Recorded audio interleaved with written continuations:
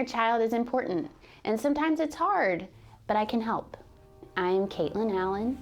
I'm an occupational therapist, and I'm also a certified lactation counselor. I started my career working with children in a clinic. We worked on everything. And that was valuable and important work. But the thing that in the waiting room a mom would cry about was if she couldn't feed her kid. That hit me as a person that wanted to help children.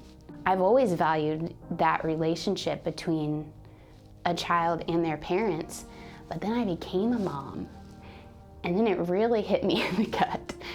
I just couldn't help but, as a mom, see all of those interactions I had with my newborn baby, and in feeding him, because I was lucky enough that I got to breastfeed and everything, worked out for us pretty well. And I got the right support at the right time. And I couldn't help but notice how all of that was lined up with his sensory system and with his brain development.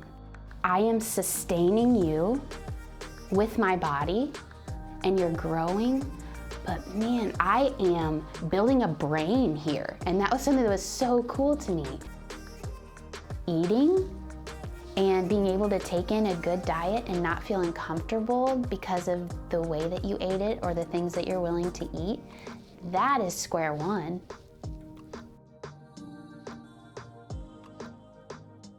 After my doctorate degree with occupational therapy, I continued my education in sensory integration.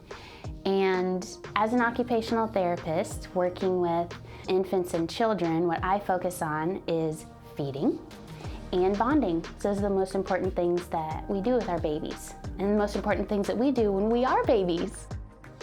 I'm here to look at why is this difficult and how do we solve it.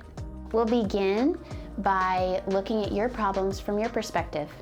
You'll come in for an occupational therapy evaluation where I watch you feed your child, and you can tell me from your perspective the challenges that you're having. Following that, I can share with you the reasons that I think those problems are happening, and we will address the underlying factors that are making feeding such a challenge. We make a plan to work on those specific challenges.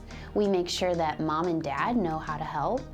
And that's something that's really important to me, and why I wanted to go out on my own was because I wanted parents to be a part of our sessions, because it's mom and dad that go home and do this.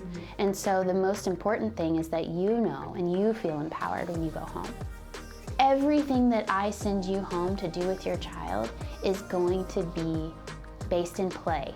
It's going to be based in connection. We have peaceful, engaging, and happy experiences with food.